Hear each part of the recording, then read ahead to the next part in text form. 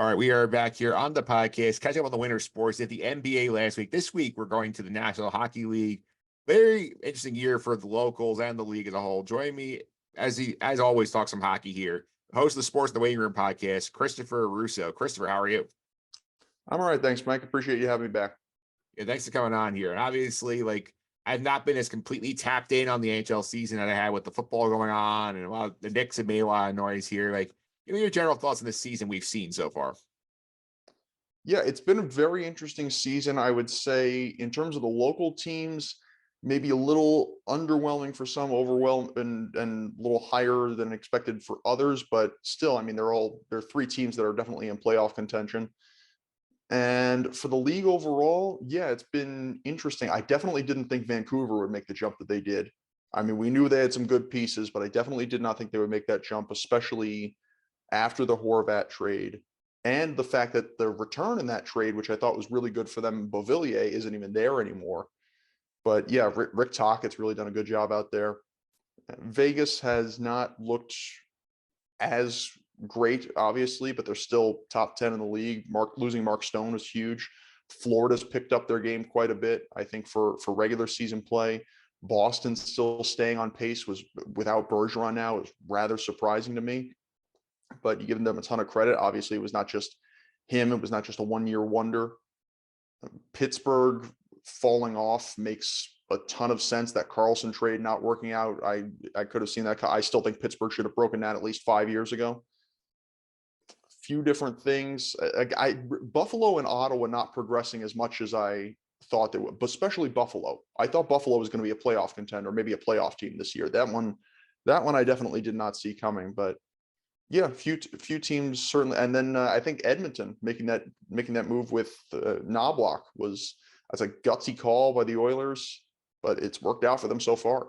Yeah, I was about to say, you didn't bring up Edmonton. I was going to because they were my preseason cup pick to win it all. And I'm sitting here the first, they basically stunk for the first month and a half. They fire their coach and then they go on this massive winning streak. And now all of a sudden they're back in playoff position. Yeah, it's interesting. And it's funny because McDavid's not playing. McDavid is still probably going to be a Hart finalist. I wouldn't necessarily say he's going to win right now. That might go to Matthews again, or perhaps Kucherov, maybe McKinnon. But McDavid, although he's still playing at a very high level, is not playing quite at that astronomical level at which he played last year.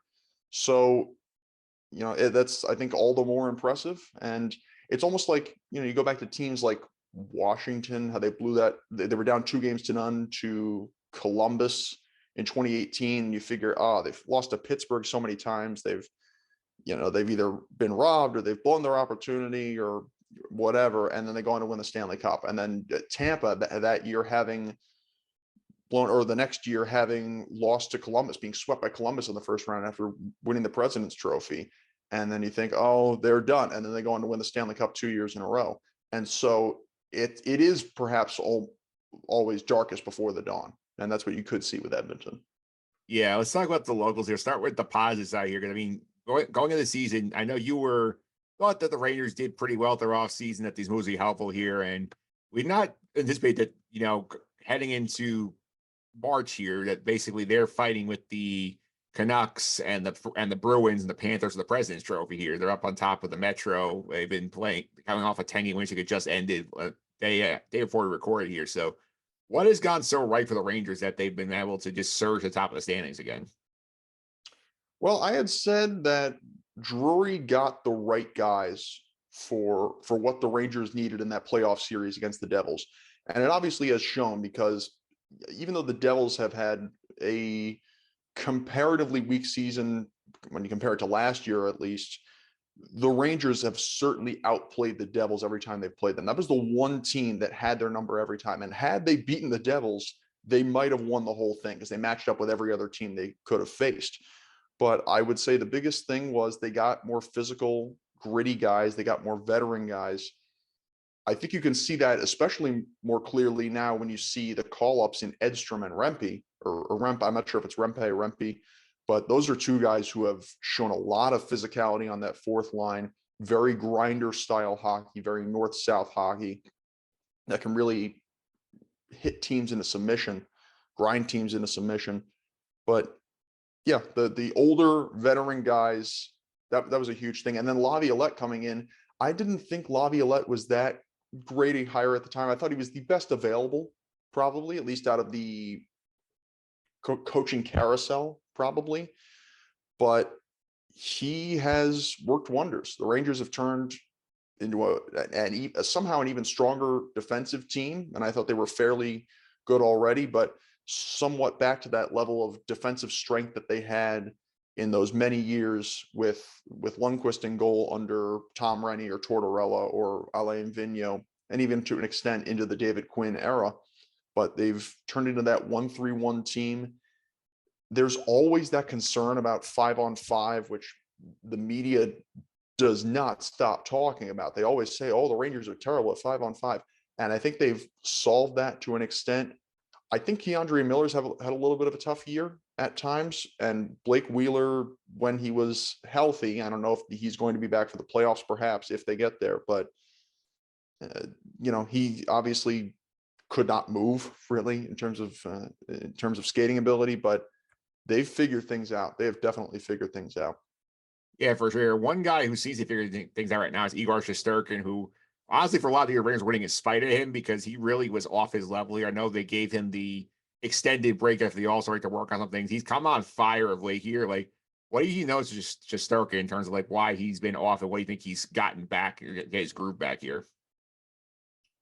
I don't know what it is exactly that's caused him to fall off, but clearly the last few games he has picked it up. Even in the Stadium Series, where they gave up 5 goals and they gave up 4 early on, but there is a confidence level from Peter Laviolette, clearly still in Shesterkin, that he would let him play the rest of that game, and he made a lot of really good saves later on to keep the Rangers in it. So I think it's probably the early performance that has killed him in particular. I don't think there have been a ton of easy goals he's let up necessarily, but I think perhaps the shots coming at more of a premium now. I think that the defensive system improving, and I think that the thing is he doesn't have to be as valuable necessarily. Or, well, you could put it two ways. You've got a better defensive system in front of you. You either have to be more valuable or there's not as much pressure on you to be that good. And I think that happens. You see that sometimes when you have a second string goaltender and the team will play better in front of him. And maybe Shesterkin is realizing or realized for much of the season that he had a little more leniency with a better defensive system in front of him, because the metrics are showing they're a better team defensively, but he struggled early on. However, since the Stadium Series, he's been absolutely dominant. You look at his performance against Dallas, and he's looked great. Yeah, that's for sure here. And obviously, there are some holes in the Ranger lineup here. Obviously, you mentioned Wheeler's out. Filipino went down early. He's now on long-term IR. They have some cap space to play with here. Some of the bottom line guys are his Pitlick or Bonino didn't really work out. So they do have holes on the roster here. The deadline's coming up here next Friday. What do you think they could look to do here? Sort of add pieces to this team. You figure that with the roster they have and the money they have, you figure that Drury wants to go for it, considering that feel like they're very close.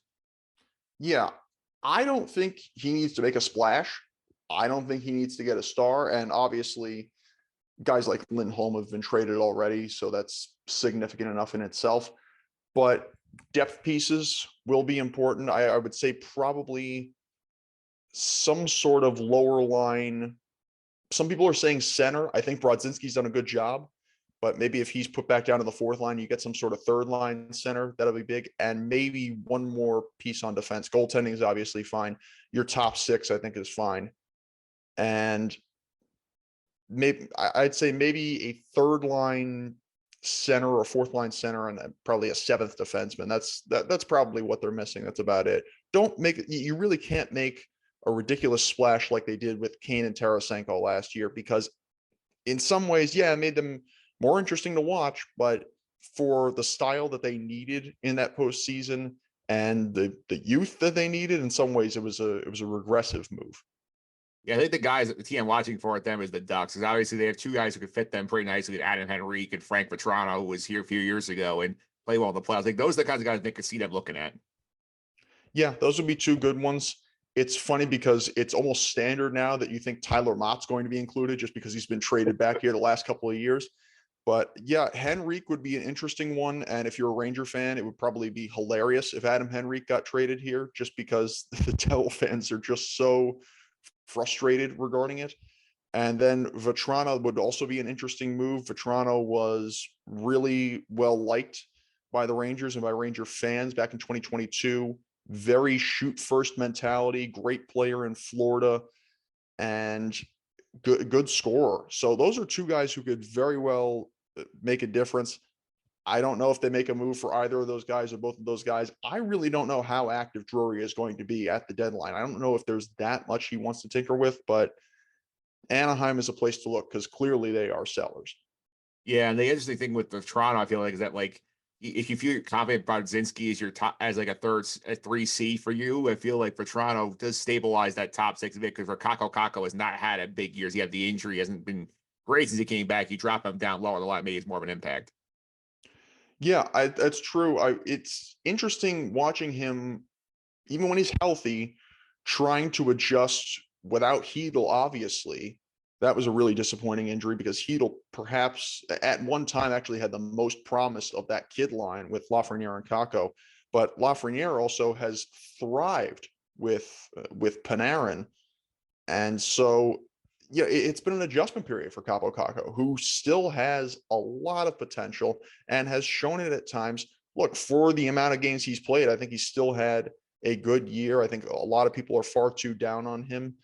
But yeah, to bump him a little bit and give him some a little leeway, I think would be very important in terms of getting someone at the deadline. Yeah, plus he had the Zibanejad Kreider work with Vetrano very well in the playoffs a few years ago. So that'd be good to reunite that trio. Yeah, that definitely would. Zibanejad is a top line centerman, an underappreciated centerman in this league. I said it actually watching the Rangers play Columbus on Sunday, despite the loss and a poor performance, is that it was impressive that Zibanejad and Kreider are, with the exception of Panarin, probably the two forwards most important to the Ranger organization. And the truth is, if we factor in the time, their longevity with the Rangers before Panarin, they probably are the two most important forwards with the Rangers right now. And you think about it, those two guys are so dominant on the power play. They've set power play goal records, and yet they can both play on the PK. And they both did play on the PK on Sunday night. So that just shows that they have a very complete system. Yeah, let's go to the Devils right here. 'Cause obviously, the hopes are highest coming here for the Devils. They had this exciting young core. They made the second round of the playoffs here. Like the Rangers did last year, they kind of struggled the season to the most part, to the point where we come in today, a day of recording, they're out of playoff position in the East right now. They're 5 points back of Philly for the third spot in the Metro. I thought their fastest way in here. What has gone wrong for the Devils? Well, so many Devil fans that I know have been such pessimists, really. And I think that's not that should not be the case because look, I think last year came a bit out of nowhere because I you might argue that they were ahead of schedule last year. You thought maybe they'll make the playoffs. I don't think a lot of people saw them winning a playoff series and finishing as high as they did in the standings. I think their biggest issue was goaltending so far this year. The injuries have not helped. They've had Hughes out at times this year. Dougie Hamilton being out for a while has really hurt them. He's maybe the best goal scoring defenseman in the history of the franchise, at least by number of games. Lindy Ruff, there have been so many calls for his head, but I will say I didn't see a lot of concern for him until fairly recently when he was a little confrontational with the media. That's not necessarily his style. That's not something I normally see out of him. Did not quite give common courtesy. It didn't make sense to me. But I thought that's just a tip of the ice. That's tip of the iceberg. I think the biggest telling sign was at the start of the year when everybody said it was a foregone conclusion that Vitek Vanacek would be the starter. And that didn't make sense to me because Schmid was the only reason they were in the second, or maybe not the only reason. He was the main reason they were in the second round. He was the MVP of that series against the Rangers. And yet a lot of people said Vanacek is the guy, which didn't make sense. And lo and behold, still doesn't, because Schmidt has been shuffled up and down all year. And that certainly cannot help his confidence. That cannot help his muscle memory. It's really unfair to him. And so I think the goaltending in particular is Nico Dawes is not the guy. The goaltending in particular really hurt them this season. Yeah, I would agree that the goaltending's the biggest issue here. I would also throw in here that they've gotten next to nothing out of Timo Meyer for the money they gave him here. I mean, he's got a negative minus 24 plus minus. He's only getting him 24 points. That's not what you're paid for here. Well, for a time, we thought he was just going to be a rental. And I thought maybe it was going to stick that way because in the postseason, definitely in the Rangers series, he did almost nothing. I don't think he scored a goal, maybe had 1 point in that Rangers series, as a matter of fact, when he's there to drive the net. He's there to score goals. He was a 40 goal scorer, I think, in San Jose. Yeah. And no, it's true. He hasn't done anything. And look, plus minus is one thing, but clearly he's not getting a lot of pluses. And honestly, his most valuable contribution, I think I said to you after the playoffs last year, his most valuable contribution in the postseason was running into Igor Shesterkin and kind of leaning on him, drawing that penalty, which maybe should have gone 4-on-4. And that Devils ultimately tie the game, and they go on to win the series from there, back in game 3. So no, he's done very little, but it's also another signing for the Devils that is just so undevil-like. It's not exactly Lamoriello signing Kovalchuk. It's not nearly that, but you wonder what the thought process is with this Harris ownership group. Yeah, that's for sure here. And obviously, if they want to have a chance again, is you need to figure out something with goaltending here, because you have 3 goaltenders who have sub 900 save percentages. That's not good. And there are a lot of goalie names been linked on the market. Obviously, the big whale is Jacob Markstrom from Calgary. John Gibson's out there. There's a couple other guys who are on a lower tier here. Like, do you think the Devils can find that goalie at the deadline? Yeah, I think they certainly can. It depends on how much they're willing to give up. But Jacob Markstrom is a guy everybody has talked about. Elvis Merzlikins. That's another one that people have brought up time and time again. The Devils can make that move if they want. I still think there's a possibility they could ride with Schmid, but the truth is, if he's in your system, you have to give him a shot. But yeah, making a move for someone like Markstrom or Merzlikins, I think would, especially Markstrom, that's someone who is of a higher pedigree than Vanacek was when they ended up signing him. And so the other question is, are you signing this guy for the year, or are you signing this guy long term if you make a deal for him? Because you're probably going to have to give up some fairly serious prospects. I don't quite know how much the Devils have in their system. Yeah, between that or like picks you be giving up, I would assume also. Yeah. Yeah, and obviously they're not in the worst position playoff wise. Like, we are all been skeptical all year about Philly staying power in that 3rd playoff spot in the Metro. Like, they're playing above their heads at Tortorella, but we don't know if they'll maintain it here. They're jockeying with like Washington, Pittsburgh, the Islanders are all there here. They're 5 out with about like 32, 33 games left to go. Like, do you think that they can turn this around and get in the playoffs? Devils, yeah, certainly they can certainly get it. They certainly have time to figure things out. Look, they've stuck with Lindy Ruff. I think that's the right move, because obviously he's helped you get somewhere. He's helped this team develop. I don't think there's any turmoil necessarily in the dressing room.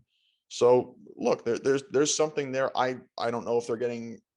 I think Hamilton done for the year? I forget off the top of my head, but I believe that's so. yeah. So look, that's a killer. But you have to put up with what you have, and the Devils certainly have something. There was clearly a reason that they got as far as they did last year. And look, I don't know how strong the playoff picture is necessarily. Carolina still has some question marks, I think, in particular in goal. It's, the Islanders certainly showed some of their colors in the Stadium Series. The Rangers obviously have questions. The Devils can solve some things, but they're going to have to do it a lot sooner than later. Yeah, I think their path more likely is trying to catch the Flyers. I think like right this year feels like the two wild cards that come out of the Atlantic with Detroit and Tampa holding those.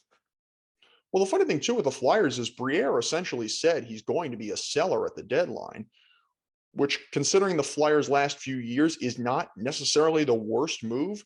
I think it does show that Tortorella ultimately is more of a bridge coach, that he's probably not going to be the guy for them if and when they achieve that ultimate success. But if the Flyers have that sort of mentality, if you're the Devils, you should be in attack mode. Yeah, that's for sure here. And we'll go to the other team in the area, the Islanders, who the big highlight for them this year is that we have a coaching change here.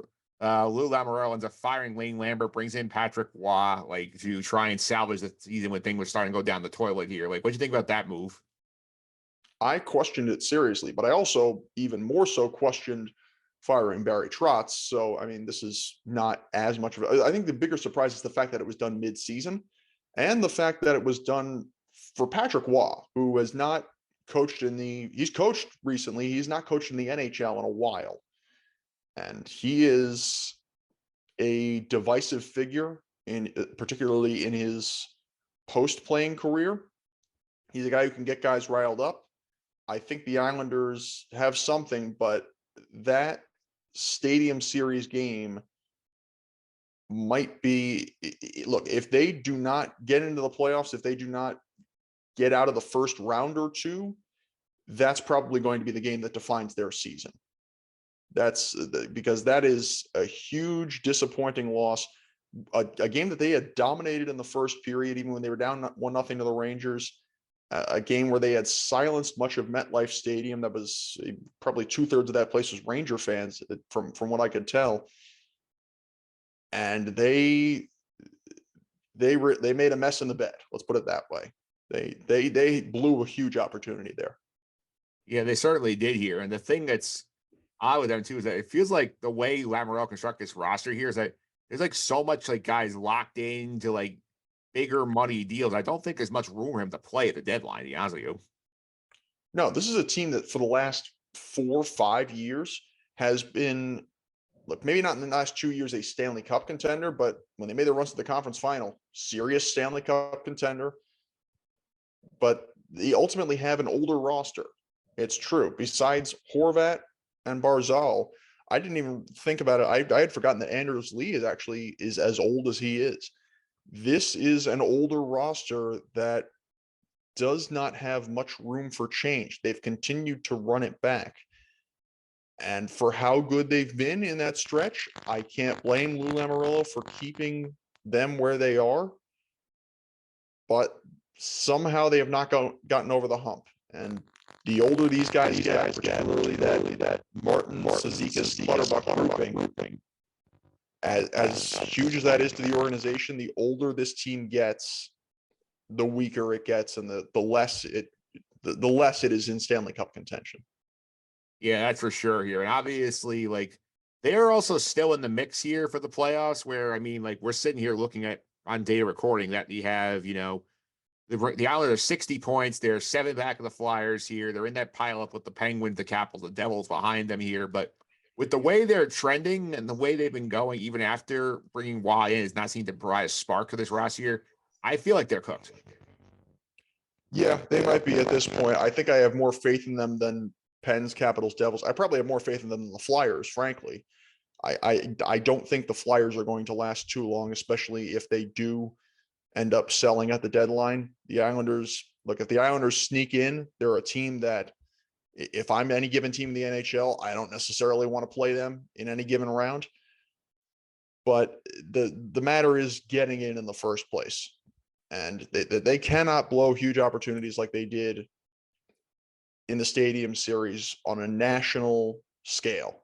That was huge. So I don't know if they can do anything at the deadline. You brought it up. You're absolutely right. Because they've already made their move. They made their move last year for Bo Horvat. That was their big move. That was their splurge.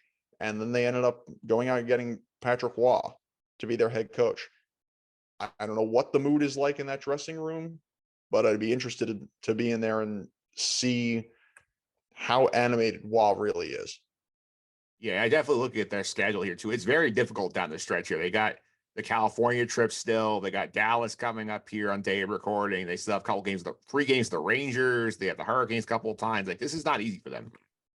The funny thing about that is, I think the Stadium Series was the first Islanders Rangers game of the year, which is remarkable to think in February, in any year, that they would face each other for the first time at that point in the season, but that they would do it outdoors as well.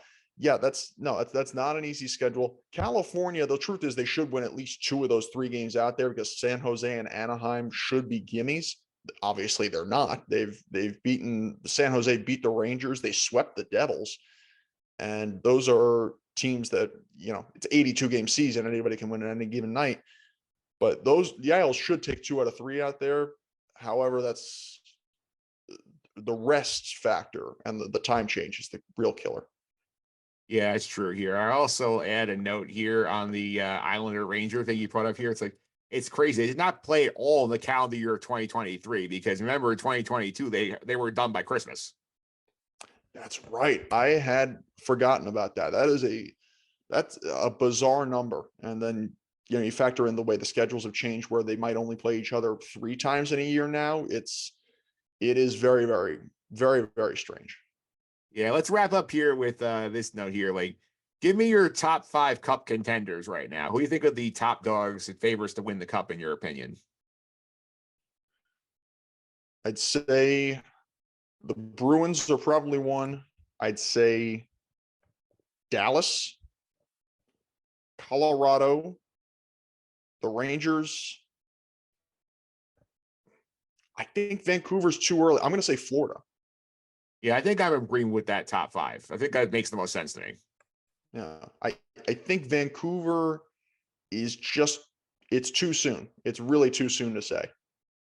Yeah, the only question would be, like, do you put Carolina in that group? I'm surprised Carolina didn't come to mind off the top of my head. I I don't know. Carolina has missed their opportunity a couple of times already. Boston, I know, obviously has as well. The Rangers obviously have. Yeah, Carolina, I think their goaltending has too many question marks. I put fewer question marks on Bobrovsky. I put fewer question marks on Florida sweeping Carolina last year in the conference final. And I have a lot more faith in Colorado, of course, with somebody like Dallas with Jake Ottinger. I have faith that they can ride him to the cup. Yeah. That'll be a fun run down the stretch here, Chris. Thanks for all the time. Really appreciate it. If you want to follow me on social media, how can I do that? Yeah, you can find me on X and on Instagram, on X at Chris Russo 98, ChrisRusso. And then you can find me on Instagram at Chris Russo 1998.